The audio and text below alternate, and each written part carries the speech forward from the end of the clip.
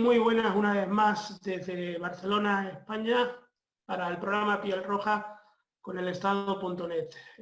Hoy volvemos a abordar Ecuador, que tristemente vuelve a ser protagonista en los noticieros de prácticamente todos los países de Europa y en América Latina, porque se están sucediendo pues unas imágenes tanto por la pandemia como por los niveles de corrupción. Es tan grande el nivel de corrupción que se está viendo en estos últimos días que incluso en la pandemia está pasando ya desapercibida prácticamente de los noticieros, siendo bastante grave la afectación que tiene. Para hablar sobre el tema del Ecuador tenemos hoy pues, a uno de los exponentes más codiciados para las entrevistas y que menos tiempo tiene para dar a ellas, aunque a su disposición siempre está, lo que no tiene es tiempo. Y para nosotros pues es un lujo y agradecidísimo de que nos haya dado estos minutos, pues el abogado Fausto Jarrín, quien es la cara legal, la cara visible de la Revolución Ciudadana, abogado que lleva la defensa técnica del expresidente Rafael Correa y bueno, pues una persona que hace asesoramientos también a nivel internacional para la defensa de la vuelta de la institucionalidad del Ecuador hacia una normalidad. Muy buenas, Fausto Jarrín, muchas gracias. Buenas noches, Manel, un placer estar con el Estado.net, un placer poder saludar con la gente de España, con los migrantes ecuatorianos y por supuesto con la gente del mundo que está al tanto de lo que ustedes plantean, de lo que ustedes comunican, de lo que ustedes informan a través de este periodismo imparcial, de este periodismo honesto que tanta falta le hace al mundo y sobre todo por acá, por estos lares, por el Ecuador, un periodismo que plantee lo que realmente sucede con la sociedad ecuatoriana es urgente y es necesario. Muchas gracias, Manuel. Estoy a la orden. Pues vamos a empezar, porque como sabemos que el tiempo es lo que menos le sobra en este momento. Yo tuve la ocasión de participar hace unos meses en el Parlamento de Cataluña, aquí en España, para explicar lo que estaba sucediendo desde la modestia del conocimiento que teníamos en el Ecuador.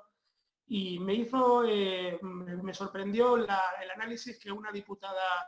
del Parlamento de Cataluña hacía hacia nuestra explicación. Ella decía que lo que a su manera de entender estaba pasando en Ecuador era un golpe de Estado dado desde el propio Estado. Entonces la pregunta que yo le hago a ustedes es si estaría de acuerdo en eso y si está de acuerdo en que en Ecuador se han violentado las 5 funciones del Estado. Muchas gracias, Manel, por la pregunta. De hecho, es lo que venimos planteando y es lo que planteamos no solo a nivel político, sino a nivel jurídico en el Ecuador. Cuando se hizo la consulta popular en el año 2018,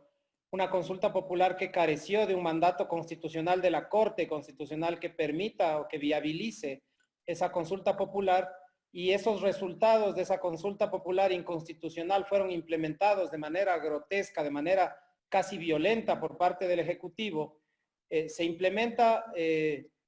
con una elección directa desde el presidente de la República la sustitución de una institución que en el Ecuador era encargada de realizar los concursos de méritos de oposición para escoger a quienes se ubicaban en las principales funciones del Estado.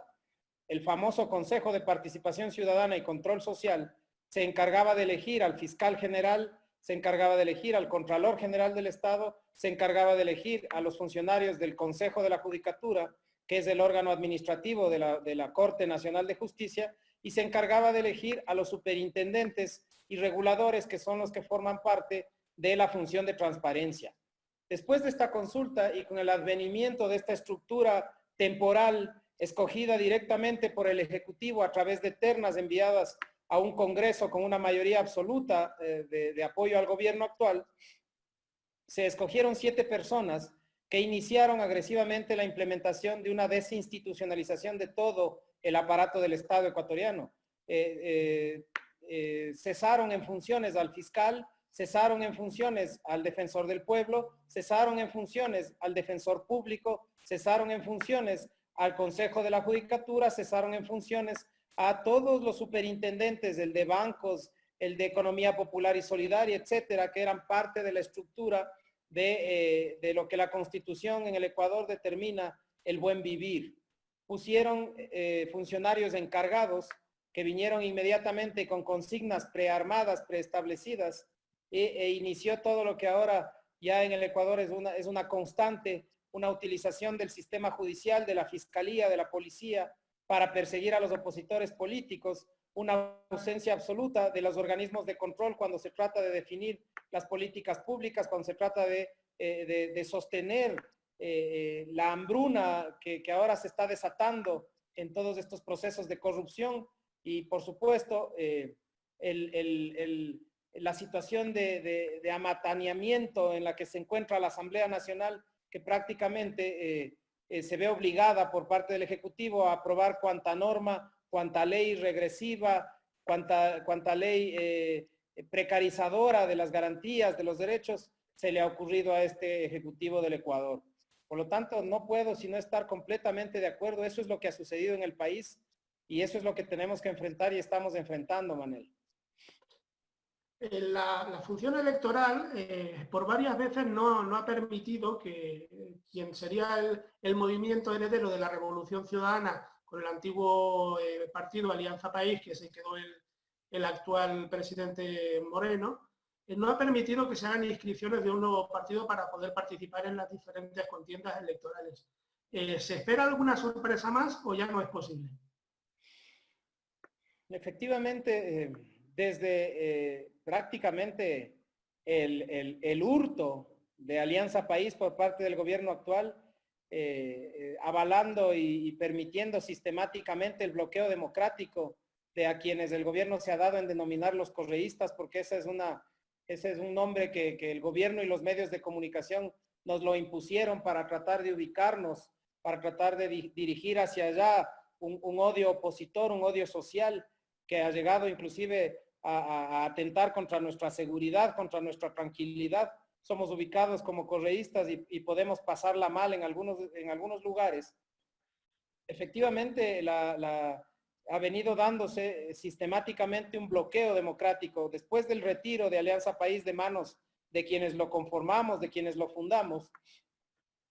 vino la solicitud de dos casilleros, de dos nombres, que la autoridad electoral nos negó con los fundamentos más peregrinos, con los fundamentos más sui generis de absurdos. Por ejemplo, el de decir que el movimiento de izquierda alfarista no podía otorgársenos ese nombre porque Alfaro era un liberal y no era de izquierda. Es decir, llevaron el análisis a niveles que rozan el absurdo realmente. Después se vino la posibilidad de tomar un movimiento que había estado suspendido su trámite, logramos habilitar la casilla, logramos habilitar el número y generamos una gran movilización nacional para poder recoger las firmas que la ley establece para poder conformar jurídicamente un movimiento. Recogimos esas firmas y la autoridad electoral aquí revivió a los antiguos miembros de ese movimiento, impugnaron esas firmas que habíamos recogido y ese trámite se encuentra durmiendo el sueño de los justos en la autoridad electoral, porque los procesos de litigio interno de los movimientos se resuelven cuando al Consejo Nacional Electoral se le viene bien y por lo tanto ese proceso sigue frenado. Eso nos obligó a nosotros a de manera casi clandestina poder implementar una alianza con el movimiento que ahora nos cobija, que se llama Compromiso Social. Tuvimos que llevar a cabo una alianza, insisto, casi clandestina, sin que nadie se entere, para únicamente a días de que cuando ya no los podían hacer nada, salir a anunciarle al país que éramos una fusión, que éramos un nuevo movimiento, y a pesar de todos los problemas que tuvimos, fuimos el movimiento más votado, y actualmente estamos llevando a cabo ya los procesos definitivos, oficiales de fusión con este movimiento, a quienes nosotros les agradecemos muchísimo por el cobijo que nos han dado, pero todavía hay intentos de retirarnos de la participación a través de subterfugios legales, por ejemplo, por parte de la Contraloría General del Estado, que prácticamente está extorsionando a la autoridad electoral para que revise la autorización que tenemos para actuar en las próximas elecciones. Volviendo un poco atrás a la consulta del 7 veces sí o el 7 veces no, que unos defendían y otros de otra manera, en una de las preguntas, la condición que saco es que el presidente Rafael Correa es el único ecuatoriano que no puede postularse a presidente. Efectivamente. Efectivamente, a ese nivel de regresividad en derechos de participación se llegó a través de esa consulta y por supuesto, esto lo hemos nosotros sostenido y mantenido siempre como una disputa, tanto en lo jurídico como en lo político. Esto, como tú sabes muy bien, está en conocimiento ya del Sistema Universal de Derechos Humanos, está en conocimiento ya del Sistema Interamericano de Derechos Humanos. Estamos impulsando procesos en los dos sistemas en relación a lo que se ha generado en el caso del expresidente Correa, justamente con esta regresividad constitucional de norma que afecta a esa garantía de participación que todos teníamos. Y en el caso del movimiento en el sistema interamericano, para tratar de evitar este proceso de bloqueo democrático y persecución política de la que estamos siendo víctimas como miembros de una organización política que además ha sido retirada su posibilidad de participar y, como dije, nos han obligado a buscar otras tiendas que nos cobijen, con todas las implicaciones que eso tiene. Por ejemplo, en las últimas elecciones, ya después de los resultados, estadísticamente se puede establecer que un 10 o 12% de la población votó por Alianza País, considerando que todavía era el movimiento que cobijaba al expresidente Rafael Correa. Y por eso es que ahora seguramente intentarán afectarnos nuestra posibilidad de participación, porque saben la aceptación y la fuerza con la que viene acompañado el nombre de Rafael Correa cuando se tratan de procesos electorales en el Ecuador. En septiembre se han de inscribir las candidaturas que participarán a esas elecciones que han de celebrarse en febrero de 2021. Digo que han de celebrarse porque esta tarde, hace unas horas, ahí en Ecuador, volvía a plantearse el fantasma, sobrevolaba de volver a retrasarse esas elecciones. Parece ser que vuelven a haber esas presiones. Pero bueno, la pregunta en concreto, abogado, sería, yo he estado mirando un poquito las encuestas, incluso en la Wikipedia las aparecen hoy, y aparece la candidatura de Nebot con un 49% de intención de voto, y las otras, pues curiosamente, no tienen prácticamente intención de voto. ¿Usted cree que habrá una unión de las fuerzas progresistas, de las fuerzas de izquierda, para poder echar el ataque neoliberal del Ecuador? Yo estoy absolutamente seguro que vamos a tener una unidad de las fuerzas progresistas. No de todo el progresismo, por supuesto, porque aquí hay progresismo disfrazado, que realmente lo que es derecha disfrazada de izquierda, ¿no? Seguramente ellos volverán a escoger al banquero Lasso, volverán a escoger a Nebot, como ya lo hicieron en las elecciones pasadas, que después de hacerlo han sido uno de los principales aliados del gobierno de Moreno, el brazo político del movimiento indígena Pachacutic y el movimiento que supuestamente abarcaba las tendencias maoístas del comunismo, el que ahora se llama Unidad Popular en el Ecuador. Son dos movimientos que claramente se han distinguido por ser siempre muy útiles a los procesos neoliberales y a la derecha en el Ecuador. El resto del progresismo no tengo la menor duda de que se va a unir, se va a aliar. Creo que ya no se soporta más en el país que sigan a pasos agigantados constituyendo un proceso neoliberal en donde seguramente los siguientes hitos serán la seguridad social, serán la salud, será la educación, sobre todo la educación superior, y creo que el Ecuador no va a aguantar más de esto, y prácticamente inclusive a aquellos sectores que generaron un antagonismo con la imagen, con la figura del expresidente Correa, les va a obligar a sentarse en una mesa, en un frente amplio, una mesa nacional de diálogo, porque el Ecuador no da más con las políticas que se nos está implementando. Así que yo no tengo dudas. Habrá que luchar, habrá que bregar todavía mucho para que eso se dé, pulir mucho los consensos para que los disensos sean mínimos y poder avanzar juntos hacia la recuperación del estado de bienestar, del estado al que estábamos avanzando en los años anteriores y que en estos 3 años se ha devastado por parte del régimen de Lenín Moreno. Claro, yo soy de los que piensan que quien da un golpe de Estado, y yo pienso que en Ecuador ha habido un golpe de Estado patrocinado por el propio Estado, no lo da para perderlo. Entonces ellos no van a querer irse, los que no están gobernando, pero están gobernando apoyando a quien gobierna, no van a querer perderlo. Entonces yo auguro que el mes de junio, julio y agosto pues va a ser de pocas vacaciones entre diálogos de las fuerzas progresistas, y ojalá sí se puedan poner de acuerdo para darle una vuelta a esa situación que tan grande que vive el Ecuador. No le voy a pedir que nos explique el caso Sobornos porque es lo que usted tiene cada día ahora, pero simplemente sí le voy a hacer una pregunta con respecto a él. ¿Qué pruebas sostienen ese caso, el caso Sobornos? Perdón, ¿qué qué? ¿Qué ¿Qué pruebas? pruebas sostienen el caso Sobornos? ¿Qué pruebas incriminan al presidente Rafael Correa y a los otros encausados? Realmente el caso Sobornos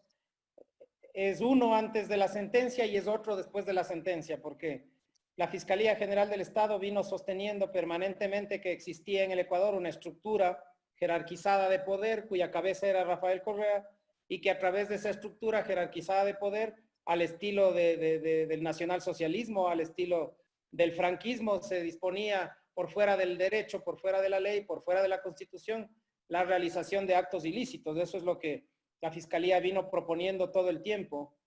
Hasta cuando llegamos a la sentencia, a la Fiscalía, en el camino del juicio, se le fueron cayendo poco a poco todos los argumentos y los jueces en el Ecuador, para no declarar la inocencia del expresidente Correa, lo que hicieron es cambiar la forma de autoría del expresidente Correa y traspasarla desde la autoría mediata por aparato jerarquizado de poder, la cambiaron a una autoría mediata inexplicable que se plantea aquí por instigación, en donde tienen que demostrar o debían haber demostrado el influjo psíquico a través del cual el expresidente Correa indujo a los funcionarios públicos a solicitar sobornos. Entonces, como se da ese cambio radical en la forma de autoría, en la sentencia están especificados taxativamente 4 elementos por parte de los jueces en relación al expresidente Correa. Y realmente el vacío jurídico, el vacío procesal de estos argumentos clama al cielo, estimado Manel. Se habla del testimonio anticipado de Pamela Martínez, el cuaderno de Pamela Martínez, los archivos de Excel de Pamela Martínez y la papeleta de depósito de $6,000 que provino de un fondo solidario que se nutría de los aportes voluntarios de los funcionarios de la presidencia desde muchos años antes del 2012 y que permaneció hasta muchos años después del 2016. Entonces, eso nos convoca, eso nos obliga a un razonamiento.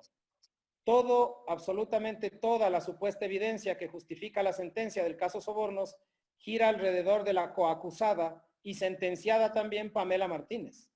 Como ha dicho varias veces la Corte Interamericana, como ha dicho varias veces los tribunales europeos de derechos humanos, los testimonios de los coacusados y las incorporaciones probatorias, los acuerdos probatorios de los coacusados, cuando además son beneficiarios de rebajas de pena o de impunidad inclusive, tienen que ser valorados en el contexto de todo el acervo probatorio. Si la base de la sentencia es exclusivamente lo que aporta el coacusado que se beneficia de una reducción de pena, eso no puede ser valorado como prueba porque está dándose lugar a que exista de parte de entre acusados un negocio con la Fiscalía para tratar de favorecerse con la reducción de la mayor cantidad posible de pena e inclusive de impunidad. Entonces, aparte de esos 4 puntos que he establecido en relación al expresidente Correa, los jueces lo que han dicho de su propia cosecha es que él era un autócrata que todo el país sabía que manejaba las 5 funciones del Estado. A ese nivel de discurso político llegó la sentencia del caso Sobornos para luego cerrar con el corolario de que las pruebas son las que aportó la misma colaboradora de la Fiscalía.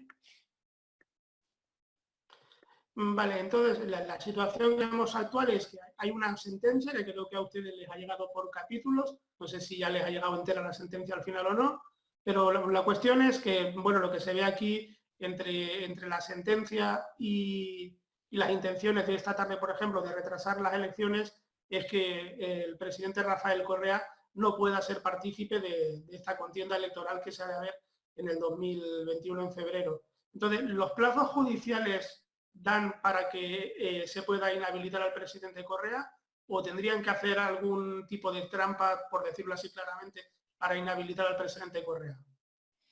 En el Ecuador normalmente un proceso que incorpore la primera instancia, que incorpore la apelación y que incorpore la casación de un delito común con 2 acusados, normalmente toma 2 años. Cuando ya hay más acusados, normalmente toma 3, toma 4 años, porque todos los acusados tienen mecanismos para poder buscar la verdad procesal. Realmente considerar que exista la posibilidad de que la apelación y la casación se desarrollen en 4 meses en un proceso que alcanza las 170,000 páginas, con una sentencia que alcanza casi las 800 páginas, con 21 sentenciados, realmente de acuerdo a los plazos procesales, de acuerdo a las normas procesales que establecen los tiempos y los plazos con los que se llevan la etapa de apelación y la etapa de casación, es prácticamente imposible. Así que yo coincido contigo, a menos de que seamos sometidos a una nueva arbitrariedad, a un nuevo atropello de nuestras garantías del debido proceso, es prácticamente imposible que hasta el mes de octubre consigan una sentencia ejecutoriada que proscriba la posibilidad de Rafael Correa de candidatizarse. Evidentemente que Rafael Correa quiera candidatizarse no es una decisión suya personal y aparte después del partido que lo quiera coger, ¿no? Yo creo que el pueblo ecuatoriano, si en una inmensa mayoría, es su candidato predilecto porque la Revolución Ciudadana es el partido con más suelo electoral estable que hay. Pero había una pregunta que hace un par de meses volaba mucho y que al final no quedó muy aclarada. ¿El presidente Correa necesita pisar físicamente Ecuador para candidatizarse a algo? No. Existió un reglamento que es un reglamento interno de procesos electorales del CNE del año 2014, que establecía que el candidato presidencial debía hacerlo de forma presencial. Eso es cierto, pero ese es un reglamento que no ha sido nuevamente validado y que no se utilizó para las elecciones del 2017 ni para las elecciones del 2019, en donde hubo candidatos que se inscribieron en distintas circunscripciones. Normalmente el trámite de inscribir las candidaturas las realiza el representante legal del movimiento. En el Ecuador lo que se dio es una costumbre política de transformar en un hecho político el lanzamiento de la candidatura de la persona. Sin embargo, lo que aparentemente están planteando, pero que aún no es una realidad, es la necesidad de que el candidato esté, si va a ser candidato a la vicepresidencia, tenga que estar en suelo ecuatoriano. Ese sí es un riesgo que existe y ese es un riesgo que lo podrá implementar directamente la autoridad electoral. Sin embargo, dado que el Ecuador tiene autorizado en la Constitución la incorporación de los representantes de las circunscripciones territoriales en el exterior, eso no podría afectar la posibilidad, por ejemplo, de que el expresidente Correa se candidatice a nombre de alguna de las circunscripciones territoriales, por ejemplo, la de Europa. Y ahí no necesitaría venir al país porque ahí se inscribiría justamente como se inscribe cualquier candidato a la Asamblea que se inscribe en Europa, en Estados Unidos o en América del Sur y África u Oceanía en general. Así que, dadas esas circunstancias constitucionales, creo que ese mecanismo para evitar la candidatura es el más difícil que tiene el gobierno y por eso están apresuradamente tratando de implementar la posibilidad de proscribir vía sentencia penal esas posibilidades para Rafael, porque vía electoral les resulta muy complejo. Volviendo un poco a su ámbito de trabajo, pues son la judicatura, los juzgados, yo publicaba hace unos meses unos artículos en los cuales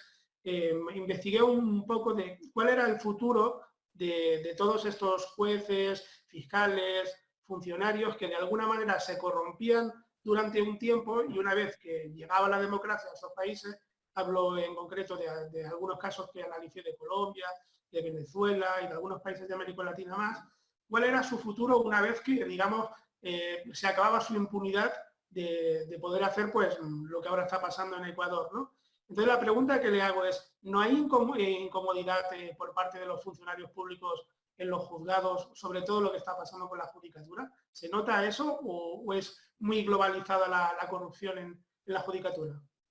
No, se nota, Manel, se nota mucho. Yo vengo ejerciendo como abogado desde hace muchos años. Conozco muchos jueces, conozco muchos fiscales, conozco muchos funcionarios públicos honestos, muchos funcionarios públicos que están fastidiados, que están hartos de lo que se está viviendo. Muchos de ellos tienen miedo.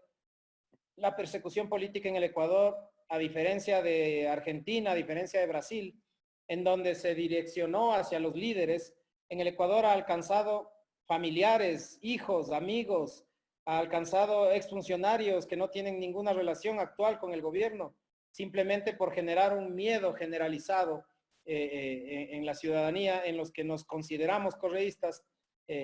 nos han perseguido en todos los niveles. Por lo tanto, hay una sensación de fastidio, de cansancio en todas las instituciones públicas, en todos los espacios de la función judicial. Yo conozco jueces de primera instancia que vienen de una carrera judicial impecable, que realmente están fastidiados. Hace pocos días debes haber visto un pronunciamiento de la Asociación de Jueces contra la intromisión de la Fiscalía en las decisiones judiciales. Están pidiendo que separen a ese órgano de la función judicial para que no sea el Consejo de la Judicatura el que termine avalando los atropellos y abusos de la Fiscalía. Están solicitando que la Fiscalía se exima de generar o se abstenga de generar comentarios respecto de las decisiones judiciales a través de redes sociales y medios de comunicación. Entonces ya está empezando a cultivarse una reacción frente a los atropellos en todos los niveles de la institucionalidad del país. Qué bueno es sentir que haya disconformidad de los funcionarios de la justicia en el Ecuador, porque al fin y al cabo, en algún momento todo eso se revelará y volverá a la constitucionalidad. Sabemos que usted no lleva la defensa técnica del vicepresidente Jorge Glas. Hemos escuchado a su colega, el letrado Harrison Salcedo, diciendo que las dos causas por las cuales se les podría pedir la prisión preventiva ya quedan sin efecto porque él ya las desactivó con su defensa técnica, cumple los requisitos por haber cumplido la condena, cumple los requisitos por razones humanitarias, además hay pedidos internacionales de la mismísima Michelle Bachelet. ¿Cuál es la situación actual del pedido de prelibertad del vicepresidente? Sobre todo porque están llegando noticias de bastantes muertes en la cárcel de la Tacunga, en Cotopaxi.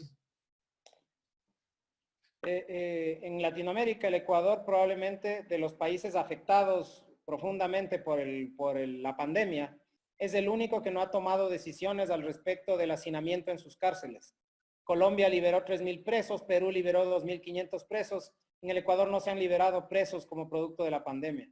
El Ecuador ha desestimado las recomendaciones de la Comisión Interamericana de Derechos Humanos, el Ecuador ha desestimado las recomendaciones de la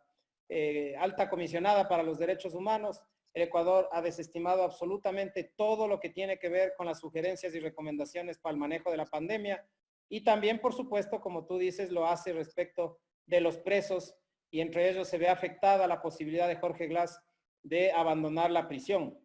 El régimen de prelibertad en el Ecuador, que estaba vigente en el código que fue utilizado para sentenciar a Jorge Glas, establecía que con el cumplimiento de 2/5 de la pena, el ciudadano podía solicitar que se revise su situación penitenciaria y se decida por parte de un juez si él era acreedor a un régimen de libertad condicional, prelibertad, régimen semiabierto, como le quieran denominar en el Ecuador. Jorge cumplió el 40% de la pena hace alrededor de 5 meses, está acercándose ya al 50% de la pena, él fue sentenciado a 6 años, está por cumplir los 3 años ya en la cárcel, con lo cual él habría pasado hace rato el mínimo necesario para considerarse acreedor a una prelibertad. Asimismo, Jorge estaría dentro de los más altos niveles de vulnerabilidad en relación a la pandemia y Jorge no representa ningún riesgo para la sociedad y el delito cometido por Jorge no es de características violentas. Por lo tanto, la situación de Jorge Glas debió haberse resuelto hace mucho. En razón de la pandemia han pospuesto la implementación de la diligencia procesal que corresponde para la validación de esa prelibertad y mi colega Salcedo no se equivoca porque por la vía de la caducidad él desactivó las 2 órdenes de prisión preventiva extras que existían contra Jorge. Por lo tanto, en este momento él solamente está sometido a prisión producto de esta sentencia, dentro de la cual él ya es acreedor y merecedor al régimen de la prelibertad. Esperamos que en los próximos días esa audiencia se lleve a efecto y dado que en el Ecuador están hasta liberando sentenciados por asesinato a través del mecanismo de la prelibertad, creemos que no hay ningún argumento para que puedan justificar una negativa de ese petitorio en relación a Jorge y su libertad. Como he aclarado y lo hago siempre para que no se confunda ni se entienda mal, la prelibertad no es una declaratoria de inocencia, sino un cambio, una modificación del régimen penitenciario. Lo que se está solicitando es la posibilidad de que él sea trasladado a un arresto domiciliario para después solicitar ya otro tipo de mecanismos de régimen semiabierto. La libertad de Jorge la vamos a disputar próximamente también a través de un recurso que en el Ecuador existe y en muchos países también, que es el extraordinario de revisión frente al hecho de que hemos logrado acaparar, hemos logrado recolectar una serie de evidencias nuevas que demuestran que existió una trama de fraude procesal en el interín del proceso que llevó a la sentencia de Jorge, y en eso quiero ser muy reconocido con la valentía y la honestidad que ha trabajado el Estado.net a través de varias de sus noticias que serán utilizadas en ese recurso extraordinario también. Bueno, yo no lo iba a decir, pero como usted lo ha sacado a colación, yo le diré que la semana que sacamos las pruebas en el Estado.net de cómo se habían construido la falsedad de las pruebas para encausar al vicepresidente Jorge Glass, recibimos un ataque que nos tuvo cerrada nuestra página digital por 4 días, promovida por la hija de Conto Patiño, el testaferro de Lenín Moreno. O sea que no sé si tendrán veracidad o no, pero algún daño hicieron desde luego y a alguien no le gustó mucho que publicáramos eso. Yo creo que con lo que he dicho bastante. Vamos a la parte que es real, pero que parece de ciencia ficción del Ecuador. La detención del presidente Buchanan, del expresidente Buchanan, la avioneta de Salcedo, ¿todo eso es lucha contra la corrupción o son ajustes de cuentas entre las mafias gubernamentales del Ecuador? De lucha contra la corrupción no tiene nada. Nosotros desde la bancada de la Revolución Ciudadana, el expresidente Correa innumerables veces, el vicepresidente Glass cuando todavía estaba en funciones denunció públicamente el acuerdo y el pacto a través del cual se estaba entregando sectores de la salud, sectores estratégicos del Ecuador a estos miembros de mafias de antigua data de la política ecuatoriana, el expresidente Bucaram, los aliados en general del actual presidente Moreno. Y esa denuncia prácticamente fue la que motivó la persecución contra Jorge, que es la que inició todo este proceso de persecución contra todos nosotros en el Ecuador. Así que de lucha contra la corrupción no tiene nada. El problema es que han llevado a tanto el vaso que se está derramando y lo que estamos siendo testigos es de quiénes son los primeros en caer. Y seguramente ese vaso se va a seguir derramando todos estos días porque los que están ya en la cárcel, los que están siendo perseguidos, los que están detenidos, los que están escondidos, van a seguir cayendo y seguirán abriendo la boca y la caja de Pandora en la que se transformó el gobierno y sus prebendas va a salir a la luz pública sin lugar a dudas en estos mismos días, porque ese es el mecanismo a través del cual otro sector de la oligarquía del Ecuador encontró la manera de alejarse del gobierno al que han sostenido estos 3 años y al que ahora han traicionado como no puede ser de otra manera con un gobierno traidor. Claro, otro de los casos que a mí o sea, la corrupción siempre es repugnable, ¿no? Pero o sea, en este caso me repugna mucho más en el caso del asambleísta Mendoza, con el tema de los hospitales. O sea, eso es generalizado en el Ecuador. Es decir, ¿se puede jugar con la salud de la gente haciendo ese tipo de corrupción o es un hecho aislado? No, vergonzosamente está claro y es un vox populi en el país que para sostener el bloque en la Asamblea Nacional el gobierno utilizó una diversidad de mecanismos y tácticas poco legales que van desde el hecho de sostener procesos por hechos previos hasta el de repartir sectores estratégicos y sectores de la salud a los diferentes grupos provinciales o grupos zonales, regionales de asambleístas, a cambio, por supuesto, de que ellos se mantengan sólidos a través de las votaciones en la legislatura,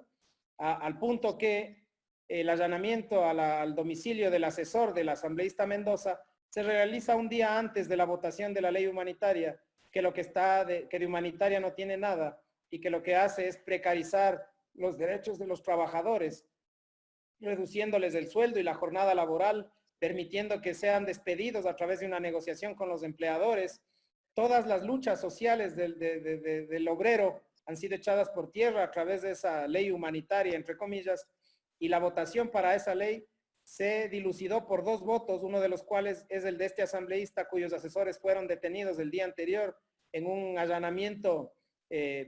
transmitido con aspavientos por los medios corporativos aliados del gobierno, y que ahora además, después de unos pocos días de ese allanamiento, termina decantándose con la detención del propio asambleísta y a través de un atropello de la inmunidad parlamentaria, someterlo a prisión preventiva sin una sentencia ejecutoriada, que es lo que manda la Constitución para que se pueda mantener en la cárcel a un asambleísta. Así que es un ajuste de cuentas, es una guerra interna, las familias están disputándose sus espacios y están disputándose la posibilidad de erigirse como la opción que no sea del gobierno en las próximas elecciones, y por supuesto en lo único que coinciden todas esas familias es en el riesgo que les implica la presencia de Rafael Correa y la Revolución Ciudadana, y por eso cuando se trata de perseguir al correísmo y a Correa, ellos logran ponerse de acuerdo y vuelven a unirse con tal de evitar que Correa regrese al país. De ahí la iniciativa de hoy de posponer las elecciones. Posponer las elecciones implicaría el máximo de 22 días, hasta donde yo entiendo, que es el único tiempo de elasticidad que tienen en los plazos, porque el cambio de mando tiene que hacerse el 24 de mayo y eso está establecido en la Constitución, por lo tanto, eso no pueden modificarlo, sería inconstitucional. Pero dentro de esos espacios pueden mover lo que a ellos más les interesa, que es la inscripción de las candidaturas, porque ese es el deadline para que Correa pueda o no pueda ser candidato. Así que me parece que lo que están intentando es mover hacia octubre, ya no septiembre, la inscripción de candidaturas y mover 2 o 3 semanas del calendario electoral que sí podrían hacerlo sin que sea ilegal, pero que lo hacen con una sola intención, y es tratar de ganar unos días más para ver si es posible sentenciar a Correa. Sin embargo, 3 semanas no es una diferencia en un proceso de esta magnitud, y considero que siguen estando intactas las posibilidades de que Rafael sea candidato, a menos de que efectivamente volvamos a enfrentar algún tipo calamitoso de trampa o de jugada sucia en el proceso, y ahí sí logren una ejecutoria que ya veremos nosotros cómo la confrontamos o la enfrentamos en el momento en el que eso llegue a pasar, que yo espero que no suceda así. Entramos en las 2 últimas preguntas, una de ámbito político y una de ámbito del técnico jurídico. La del ámbito político es, claro, yo vivo en España tenemos una amplia comunidad ecuatoriana muy asentada, normalmente gana la opción correísta cuando hay las diferentes contiendas electorales, y yo presencio que la gente anda un poco preocupada en el sentido de saber si Compromiso Social es una solución definitiva o es una solución temporal, y si es una solución temporal, si es una solución sólida. A mi criterio personal, debemos asumir como que Compromiso Social es una solución definitiva. Estamos implementando los mecanismos necesarios para poder, a través de los esquemas de democracia interna, ya de forma consolidada, ya definitivamente realizada esta fusión, poder elegir las autoridades definitivas del movimiento, poder elegir el buró definitivo del movimiento. Estamos a las puertas del ejercicio de esos mecanismos democráticos internos del movimiento, y creo que con esa prerrogativa ya no sería necesario pensar en otro espacio, porque ya podríamos sentir a Compromiso Social también como movimiento nuestro, junto a la gente que viene de ese movimiento previamente y que coincide con nosotros en nuestras líneas generales de la política y del trabajo por los más necesitados del país y en general quienes nos requieran. Entonces, yo considero que tiene que considerarse como una solución permanente el de Compromiso Social. Creo que después de lo que sucedió con Alianza País, esa solución permanente tendrá que reconstruirse inmediatamente a través de la formación política y de la consolidación de las estructuras de base, para que no sea posible que vuelva a suceder lo que sucedió con el antiguo movimiento que nos ha cobijado los últimos años. Así que no solamente es lo que considero, sino lo que yo sugiero, que se vea a esta fusión como la solución definitiva a nuestras necesidades democráticas y políticas. Pues si lo dice la voz autorizada, la cara legal que decía yo al principio de esta entrevista de la Revolución Ciudadana, yo creo que calmará mucho la inquietud de muchos de los migrantes, y seguramente también de muchos de los ecuatorianos que apoyan la Revolución Ciudadana y al presidente Correo y al trabajo que durante 10 años se realizó. La última pregunta es de ámbito técnico-jurídico. Es una curiosidad que tengo. Toda esta persecución que hay al movimiento correísta, ¿usted cree que puede ser un delito de lesa humanidad? Yo creo que existe la persecución política, yo creo que esa puede llevarse inclusive al sistema interamericano, y yo creo que al interno en el Ecuador podemos hablar de un delito de odio. No sé si ya se haya complementado los requisitos necesarios para hablar de un delito de lesa humanidad, pero sí definitivamente de un delito de odio. Realmente considero yo que la lesa humanidad tendría que abarcar circunstancias un poco más violentas, un poco más agresivas.